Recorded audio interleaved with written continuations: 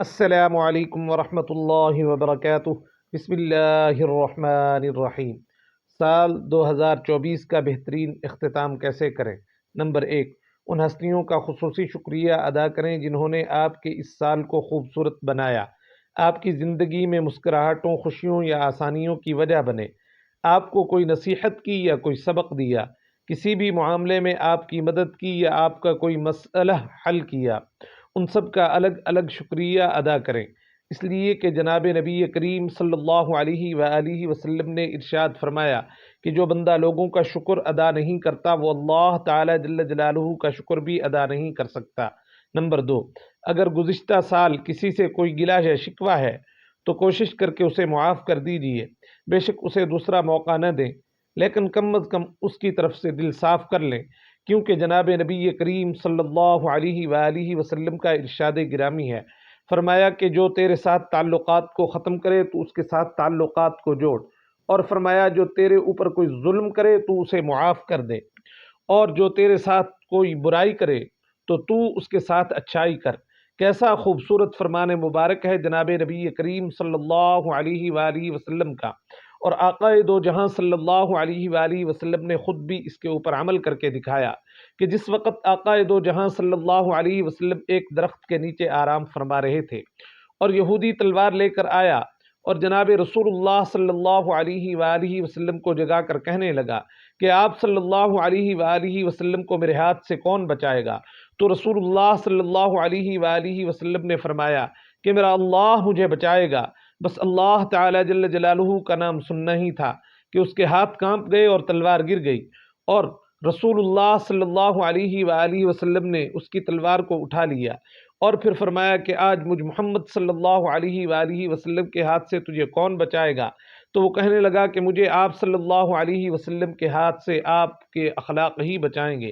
تو رسول اللہ صلی اللہ علیہ وآلہ وسلم نے اس کو چھوڑ دیا اور فرمایا چلے جاؤ، لیکن وہ کہنے لگا نہیں، اب میں ایسے ہی نہیں جاؤں گا، بلکہ اب تو آپ مجھے اپنا غلام بنا لیں اور مجھے جنت کا سرٹیفکیٹ عطا فرما دیں کلمہ پڑھا کر۔ چنانچہ وہ کلمہ پڑھ کے مسلمان ہو گیا۔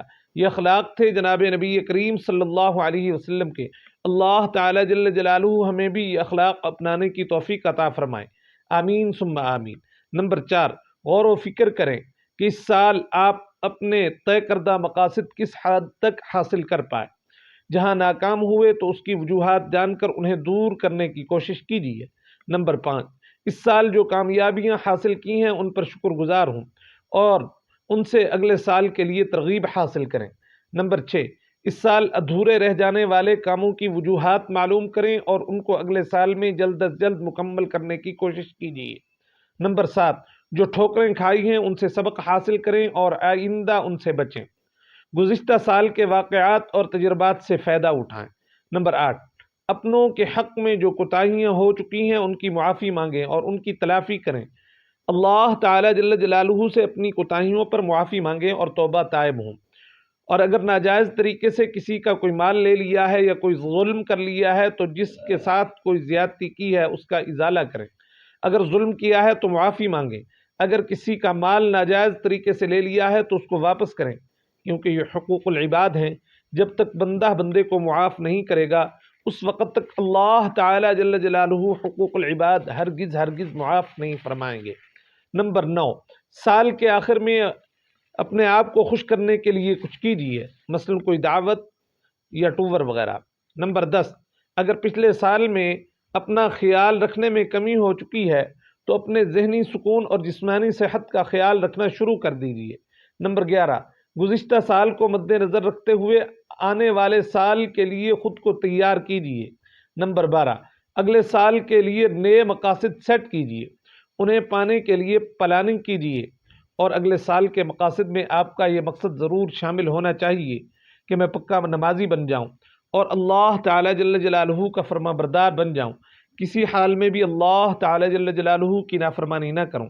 یہ پلاننگ بہت ضروری ہے، اس لیے کہ جو سال گزر جاتا ہے وہ ہماری زندگی میں دوبارہ نہیں آ سکتا، اور زندگی اللہ رب العزت کی طرف سے امانت ہے، اور اللہ تعالی جل جلالہ نے ہمیں بہت سی نعمتیں بن مانگے عطا فرمائی ہیں، اور ان نعمتوں کا شکر ہمارے اوپر لازمی ہے۔ اس لیے اللہ تعالی جل جلالہ کی عبادت اور حضور جناب نبی کریم صلی اللہ علیہ وآلہ وسلم کی سنت، ان دونوں چیزوں کو لازم پکڑ لیں تو دنیا اور آخرت میں کامیابیاں حاصل ہو جائیں گی، اور اپنی آخرت کی تیاری بھی شروع کریں، اس لیے کہ کوئی پتہ نہیں زندگی کب ختم ہو جائے۔ یہ بھی کچھ معلوم نہیں ہے کہ ہم یہ سال بھی مکمل کر پائیں گے یا نہیں، کیونکہ موت کا ایک وقت مقرر ہے اور اس کا علم صرف اور صرف اللہ تعالی جل جلالہ کو ہی ہے، اس لیے موت کی تیاری شروع کر دیں۔ یہاں پر ہم آپ کو ایک عاشق رسول کا واقعہ سناتے ہیں۔ اس واقعہ کو سن کر آپ اپنے آنسو روک نہیں پائیں گے۔ توجہ کے ساتھ اس واقعہ کو سماعت فرمائیں۔ ایک عاشق رسول، صحابی رسول صلی اللہ علیہ وسلم کا واقعہ۔ ایک یہودی نے اپنے بیٹے کو کہا کہ تم جاؤ سودا لے کر آؤ، تو وہ گیا۔ لڑکا راستے سے گزر ہی رہا تھا کہ اس کی نظر حضور صلی اللہ علیہ وآلہ وسلم پر پڑی، اور حضور اکرم صلی اللہ علیہ وآلہ وسلم کی نظر بھی اس لڑکے کے اوپر پڑ گئی۔ وہ وہیں پر بیٹھ گیا اور وہیں بیٹھا رہ گیا اور دیر ہو گئی۔ وہ چہرہ نبوت کو تکتا رہا۔ وہ یہودی کبھی اندر جاتا کبھی باہر آتا کہ لڑکا کہاں رہ گیا، آیا نہیں ابھی تک۔ سورج غروب ہو گیا، مغرب کی نماز ہو گئی۔ شام کو گھر گیا۔ باپ نے پوچھا، ارے نادان، تو نے اتنی تاخیر کر دی؟ باپ بہت غصے میں کہ بڑا نادان اور پاگل ہے، میں نے کہا تھا جلدی آنا، تم اتنی دیر کر کے آئے ہو، اور تمہیں سودا لینے بھیجا تھا، تم خالی ہاتھ واپس آ گئے ہو۔ سودا کہاں ہے؟ سودا کہاں ہے بیٹا؟ بولا، سودا تو میں نے خرید لیا ہے۔ باپ، کیا پاگل آدمی ہو تم؟ میں نے تجھے سودا لینے بھیجا تھا، سودا تمہارے پاس ہے ہی نہیں، اور تم یہ کہتے ہو کہ میں سودا خرید چکا ہوں۔ بیٹا کہتا ہے، بابا جی، اے میرے ابا جان، یقین کر لیں کہ سودا خرید آیا ہوں۔ باپ بولا، دکھا کہاں ہے وہ سودا؟ تو بیٹے نے کہا، کاش تیرے پاس وہ آنکھیں ہوتیں جو تجھے میرا سودا دکھاتی کہ میرا سودا کیا ہے۔ میرے ابا جان، میں تمہیں کیا بتاؤں، میں کیا سودا خرید کر لایا ہوں۔ باپ نے بولا، چل چھوڑ، رہنے دے۔ وہ لڑکا ہر روزانہ نبی رحمت صلی اللہ علیہ وآلہ وسلم کی خدمت میں بیٹھنے لگا۔ وہ یہودی کا اکلوتا بیٹا تھا، اور اس بیٹے سے یہودی کو بہت زیادہ پیار تھا، اس لیے اسے کچھ کہہ نہ سکا۔ کچھ دنوں بعد وہ لڑکا بہت زیادہ بیمار ہو گیا۔ کافی دن تک وہ لڑکا بیمار رہا اور اس کی بیماری بڑھتی گئی۔ اتنا بیمار ہوا کہ کمزوری اتنی زیادہ ہو گئی کہ کروٹ لینا مشکل ہو چکی تھی، اور پھر قریب المرگ ہو گیا۔ یہودی بہت پریشان تھا، بھاگا بھاگا جناب نبی کریم صلی اللہ علیہ وسلم کی بارگاہ اقدس میں حاضر ہوا اور بولا، میں آپ صلی اللہ علیہ وآلہ وسلم کے پاس حاضر ہوا ہوں۔ آپ صلی اللہ علیہ وآلہ وسلم تو جانتے ہی ہیں کہ میں یہودی ہوں، مجھے آپ صلی اللہ علیہ وآلہ وسلم سے کوئی اتفاق نہیں، مگر میرا لڑکا آپ پر دل دے گیا ہے اور قریب المرگ ہے، آپ صلی اللہ علیہ وسلم کو دن رات یاد کر رہا ہے۔ کیا ممکن ہے کہ آپ صلی اللہ علیہ وآلہ وسلم اپنے اس دشمن کے گھر آ کر اپنے معشوق عاشق کو ایک نظر دیکھنا پسند کرو گے؟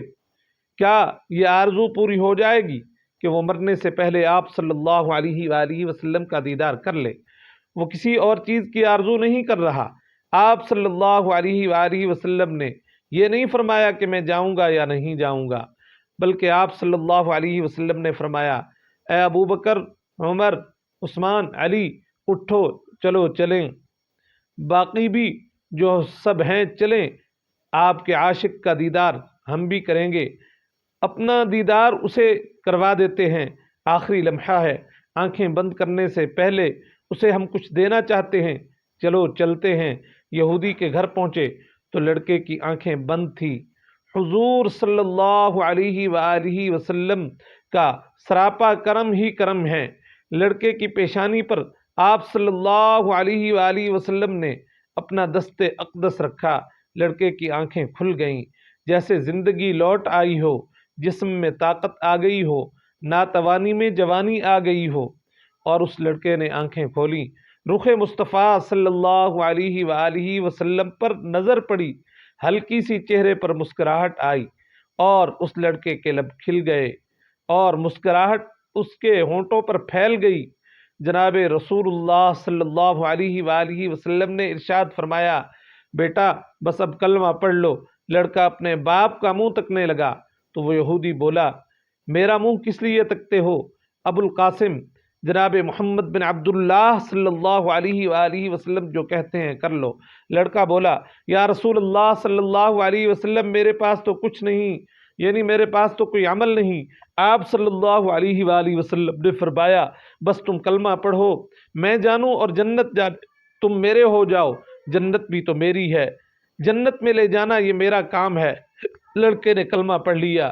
جب اس کے منہ سے نکلا محمد الرسول اللہ تو روح باہر نکل گئی، روح پرواز کر گئی، کلمے کا نور اندر چلا گیا، آنکھیں بند ہو گئیں، لب خاموش ہو گئے۔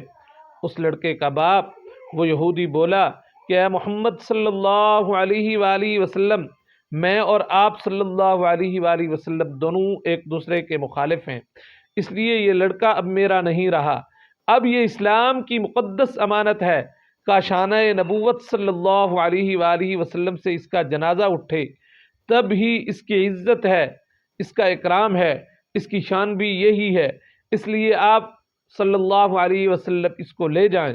پھر آپ صلی اللہ علیہ وآلہ وسلم نے فرمایا، صدیق اٹھاؤ، عمر اٹھاؤ، عثمان آگے بڑھو، بلال آؤ تو صحیح، علی چلو دو کندھا، سب اٹھاؤ۔ آقا علیہ السلام جب یہودی کے گھر سے نکلے تو یہ فرماتے جا رہے تھے، اس اللہ کا شکر ہے جس نے میرے صدقے اس بندے کو بخش دیا، اس اللہ کا شکر ہے جس نے میرے صدقے اس بندے کو بخش دیا۔ یہ بات رسول اللہ صلی اللہ علیہ وآلہ وسلم کی زبان مبارک پر جاری تھی کہ اللہ کا شکر ہے کہ میرے صدقے اللہ تعالیٰ نے اس بندے کو بخش دیا۔ اللہ اکبر! کیا مقام ہوگا اس عاشق کی میت کا جس کو علی، عثمان، ابو بکر صدیق، حضرت عمر بن خطاب، بلال حبشی رضی اللہ عنہما جیسی مشہور شخصیات کندھا دے کر لے جا رہی ہوں، اور آگے جناب محمد الرسول اللہ صلی اللہ علیہ وآلہ وسلم ہوں۔ قبر تیار ہوئی، کفن پہنایا گیا، جنازہ پڑھا گیا، حضور صلی اللہ علیہ وآلہ وسلم قبر کے اندر تشریف لے گئے، قبر میں کھڑے ہوئے اور کافی دیر کھڑے رہے، اور پھر اپنے ہاتھوں سے اس عاشق کی میت کو اندر اتارا۔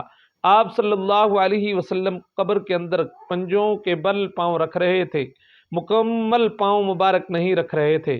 کافی دیر کے بعد آپ صلی اللہ علیہ وآلہ وسلم قبر سے باہر آئے تو چہرہ انور پر تھوڑی سی زردی چھائی تھی، تھکن محسوس ہو رہی تھی۔ اللہ غنی! صحابہ اکرام رضی اللہ تعالی عنہم اجمعین پوچھتے ہیں، حضور صلی اللہ علیہ وسلم یہ کیا ماجرا ہے؟ پہلے تو یہ بتائیے، آپ صلی اللہ علیہ وسلم نے قبر میں پاؤں مبارک مکمل کیوں نہیں رکھا؟ آپ صلی اللہ علیہ وسلم پنجوں کے بل کیوں چلے؟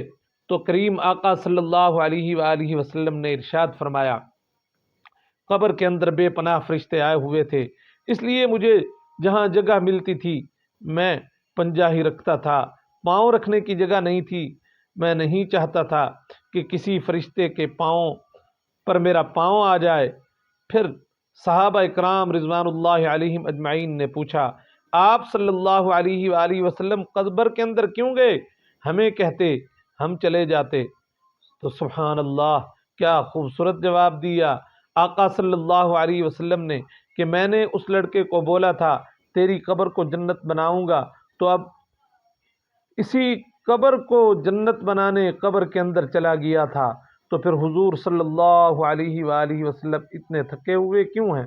تھکا اس لیے ہوں کہ فرشتے اور حوریں اس عاشق کے دیدار کے لیے آ رہے تھے اور میرے وجود سے لگ لگ کر گزر رہے تھے، ان کی وجہ سے تھک گیا ہوں۔ سنن ابو داود اور دیگر کتابوں کے اندر اس واقعہ کو نقل کیا گیا ہے۔ اللہ تعالی جل جلالہ ہمیں بھی اسی طرح حضور صلی اللہ علیہ وسلم کا عشق نصیب فرمائیں۔ کیا خوبصورت موت آئی ہے اس عاشق رسول صلی اللہ علیہ وآلہ وسلم کو۔ اللہ تعالی جل جلالہ ہمیں اپنی زندگی حضور نبی کریم صلی اللہ علیہ وآلہ وسلم کی سیرت سنت کے مطابق گزارنے کی توفیق عطا فرمائیں۔ آمین ثم آمین یا رب العالمین۔ ویڈیو پسند آئے تو لائک شیئر ضرور کر دیا کریں. جزاک